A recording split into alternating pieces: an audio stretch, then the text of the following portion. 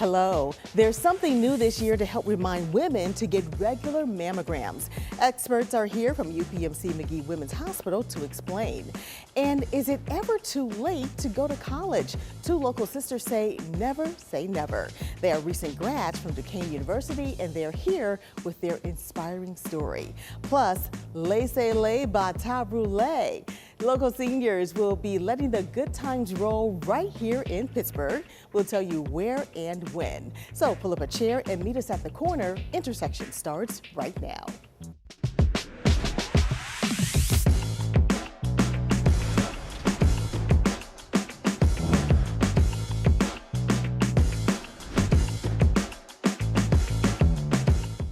Hello, I'm Lisa Smith, Director of Community Impact at KDKA Plus and the host of Intersections. Normally, we think about mammograms and breast cancer awareness in October, but here in Pennsylvania, starting this year, May is Mammography Month.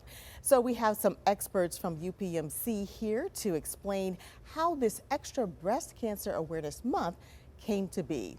Lajuana Fuller is the Director of Women's Imaging, and Dr. Margarita is the Chief of Breast Imaging at UPMC.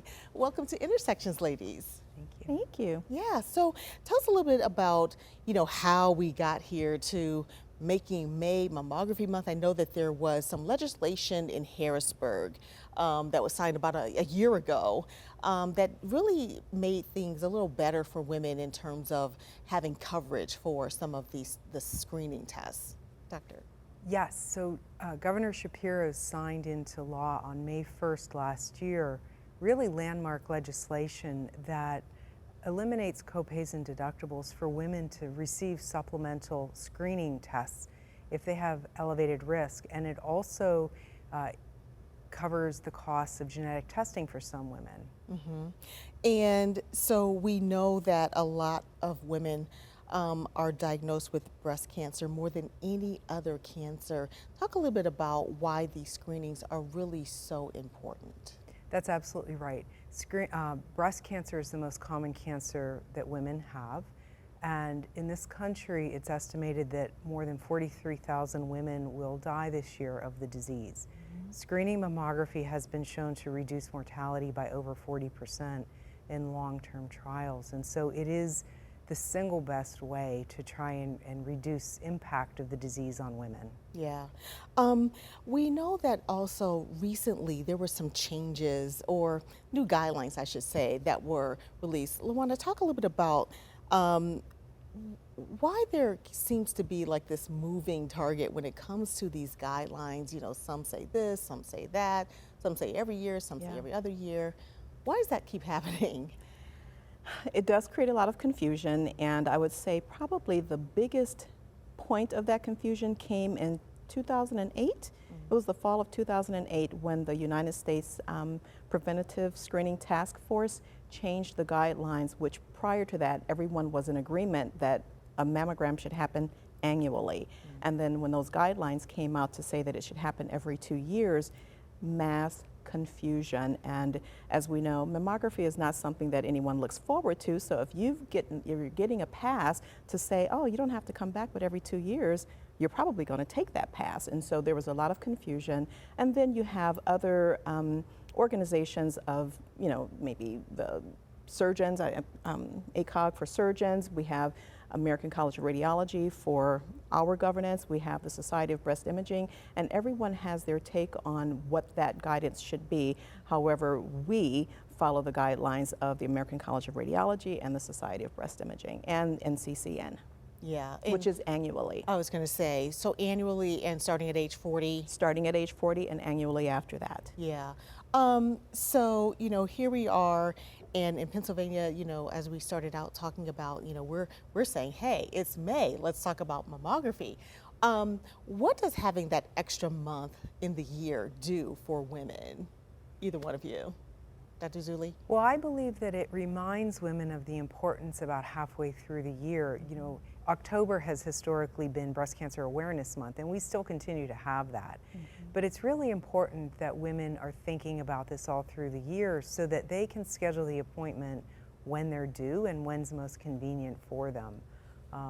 We offer obviously screening mammograms every day, all year long.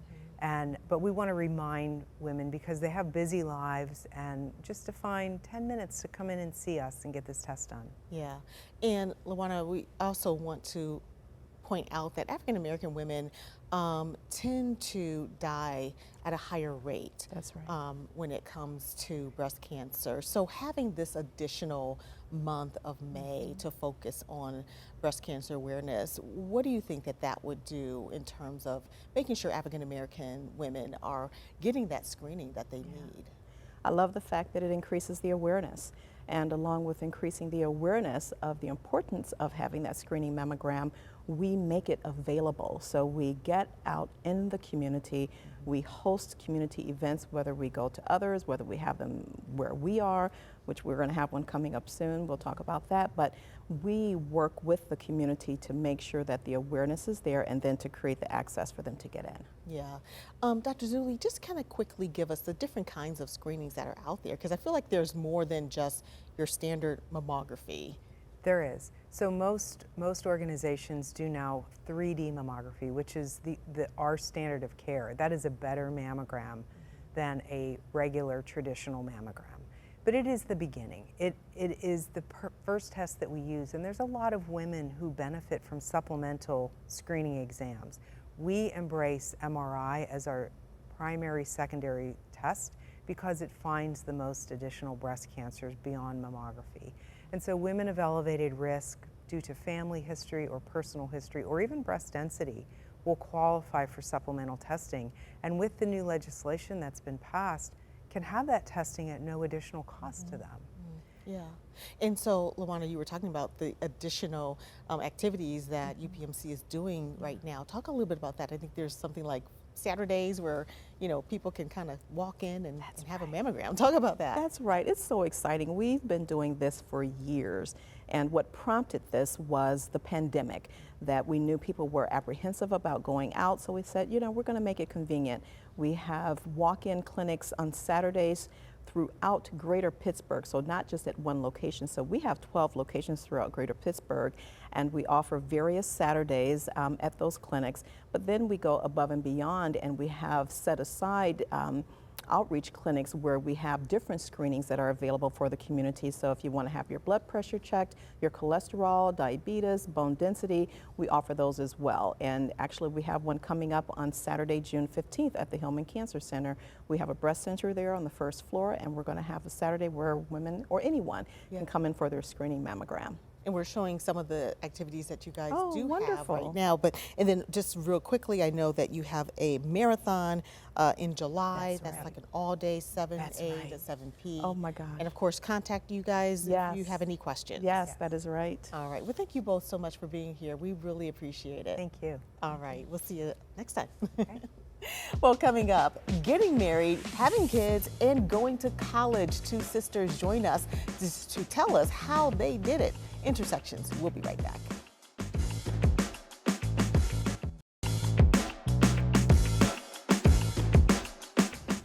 So having a spouse, kids, and a full-time job is a lot of work. What if you toss in full-time college classes? Well, my next two guests say it can be done because they did it. Joining me now are Candis Dorsey and Alysia McCrae. They are the proud graduates of the class of 2024 at Duquesne University, and welcome to Intersections. Thank you. Wow, did I mention that you guys are sisters? So welcome to the show. And you know, when I heard about your story, I thought it was so inspiring. I keep using that word, so inspiring. But because you took different routes to go to college. So tell me a little bit about the route you took, Candis, to go to school, and then Alysia, jump in and tell me what your route was like. So very non-traditional. I did decide to further my education while I was a full-time worker. Right when the pandemic did hit, I did decide to go on and gain some additional education, and I went in and started at CCAC, took that route, and then I went over to Duquesne where I finished off there. Yeah. And for you, Alysia? So I graduated from high school in 2011, and I went directly to Penn State University for a year, and then entered the workforce for 7 years. And then I took a few classes at CCAC, and in 2020 went to Duquesne. Okay. So what I thought was interesting is that you both had similarities and you had differences. But one of the similarities is you both kind of ended up in administrative type positions. Do you know why that happened? Were you talking to each other? Definitely was very communicative, you know, just throughout life in general, whenever it came to our professional careers. I think both of us just had a bit of an interest and skills as well in the administrative field, being great multitaskers, and it just led us within being inside of the medical field and doing administration within that field as well. Yeah. So what was it for you, Alysia, what were you doing when you kind of had this aha moment and said, you know what, I think I want to go back and finish my degree and pursue, you know, a particular field? Yeah, so in 2018, I was working at Children's Hospital of Pittsburgh, and I was getting ready to take a new position at Magee Hospital. And I had asked my mentor if I would be able to go down to the OR with him for the first time. And I did not expect it to be such a life-changing moment, but when I saw a surgery for the first time, I knew that I needed to do that. Yeah. I knew that being in medicine was definitely something that I wanted to do, and I thought for a while that it would be in the administration field, but then when I saw the hands-on experience of surgery, I told myself that it didn't matter how long it would take, I was going to become a surgeon. Wow. What was the moment for you, Candis? I have always been interested in the fascinations of the administrative field, having that flexibility to be able to gain experience in multiple different areas such as the medical or nonprofit, just having that flexibility. And so I think that my moment was when I was deciding to make the change out of the medical field into the nonprofit. When I started working there was when I was just like, yeah, administration, business, that's my area. Yeah, yeah. And the other thing is, you know, you enrolled, you're both at Duquesne at the same time. That wasn't planned either. No. But you were non-traditional students. And you formed an organization to connect with other non-traditional students. Talk a little bit about that. Yeah, so NTSA has been at Duquesne for about 3 semesters now, and it was born from a need that we saw. So I had a few professors who were excited about the progress that I had been making at Duquesne reach out to me and ask me to mentor other students. And they tried to connect us via email, and it did not go, the students never responded. And so I kind of thought to myself, you know, why wouldn't I respond, put myself into their shoes? Yeah. And I wanted to do something about that. So I said maybe if there was a place that they would be able to come that was not singling them out, that maybe they would actually come. And so after the first semester of NTSA being on Duquesne's campus, we had over 50 members that had joined, and those members ranged from all different demographics. Wow, that's amazing. So you've walked across the stage, you've gotten your degrees. Tell me about your degrees and what you're going to do next. So I have a bachelor's in molecular biology, and I have minors in psychology and biochemistry. I am going on this fall to the University of Pittsburgh School of Medicine for a bachelor's in biomedical sciences, and the intention is to go to medical school. Okay, and Candis? And I have my BA as well, and majored in corporate communications, minored in sports information and media. Okay. So I have been accepted into Duquesne's Palambu Donahoe School of Business, and I will be starting there this fall. Wow, well, congratulations to both of you. If somebody wanted to, if they're in a position like you and haven't been in college or haven't been in school in a long time, what would you tell them? And they're thinking, should I do this? The piece of advice that I give to everyone is that time is going to pass regardless of what you do with it, so you should probably do what you want. Yeah. I would say that there is 1,000,001 ways to do it. There's never just one way. So don't let the thought process of that there's just one way stop you from doing anything that you want to do. Wow, well, that's so wonderful. And again, I say you guys are so inspiring. I can't wait to see what you do next. Thank you so much for being here. We appreciate it. Thank you. And congratulations. Thank you. All right. Well, coming up, bringing a little New Orleans to the Hill District, Intersections. We'll be right back.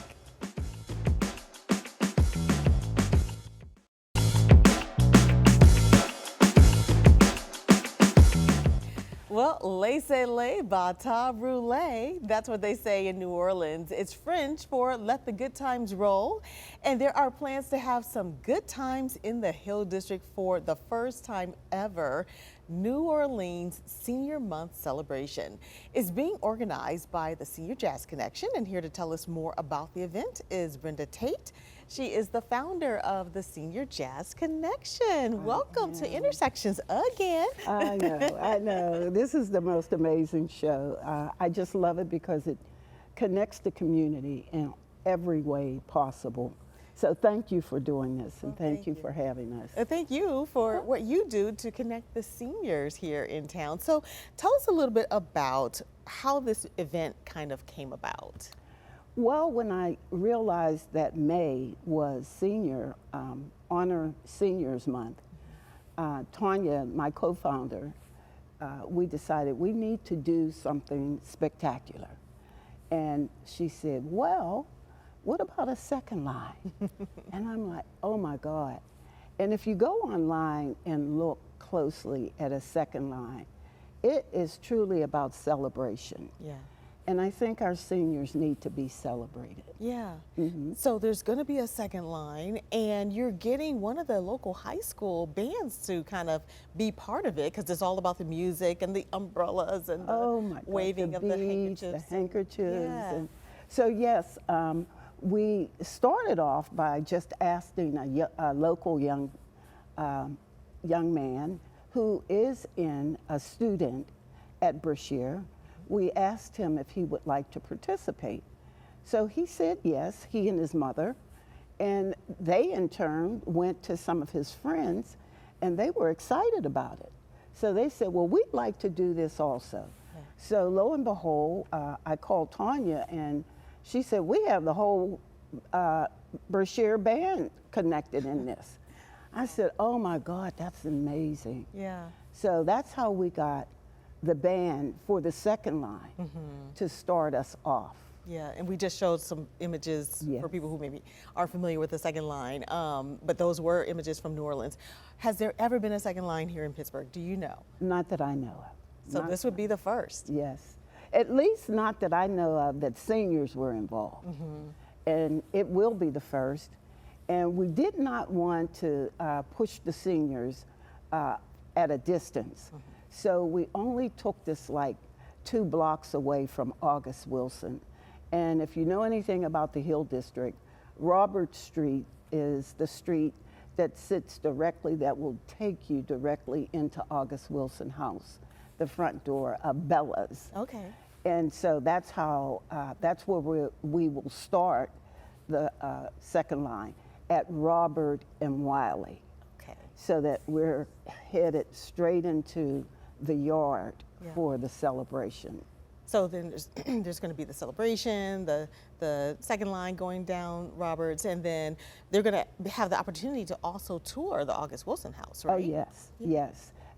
And I have to thank the August Wilson House, which I am on the board. I thank them for that, for allowing us to partner like this. Yeah. We decided, August Wilson, to engage the entire community, and by doing so, we did not want to leave any segment of it out, and we thought seniors needs to be represented. Yeah. So that's how seniors became a part of this event. One of our first senior events at August Wilson House. Okay, very nice, very Yes, nice. yes. And then there's going to be food and some additional music, and all of your events are free, right? All of the events are free.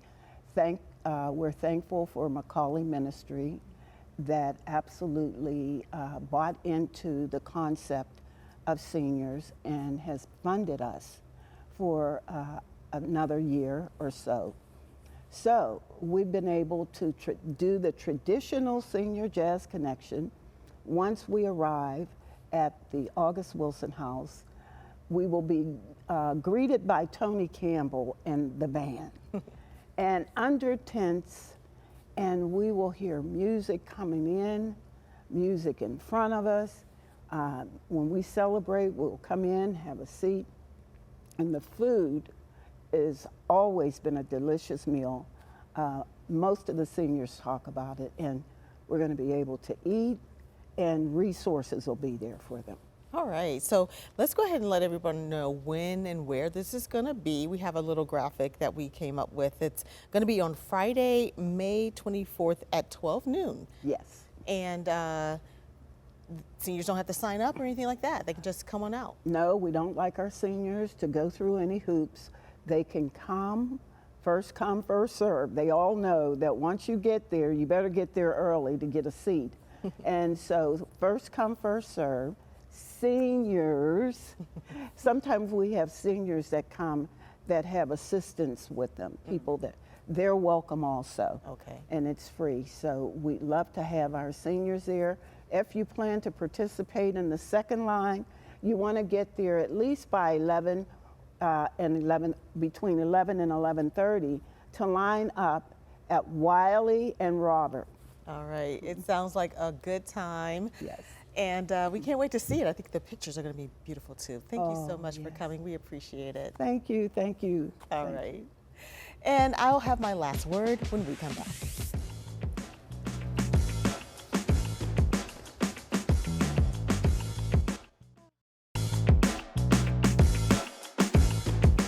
Accomplishment. It feels good to be acknowledged for doing something good, and in most cases, that recognition is a long time coming. It starts with forming objectives to reach your goal and having the perseverance to see it through. It may take several months of working on a project or a year of hard work for a personal achievement, or 4 years of studying, writing papers, and passing exams to finally get your college degree. There's a happy exhale that comes after all of it. Of course, once you experience one accomplishment, the question is, what's next? Thanks for watching. We'll see you next time on Intersections.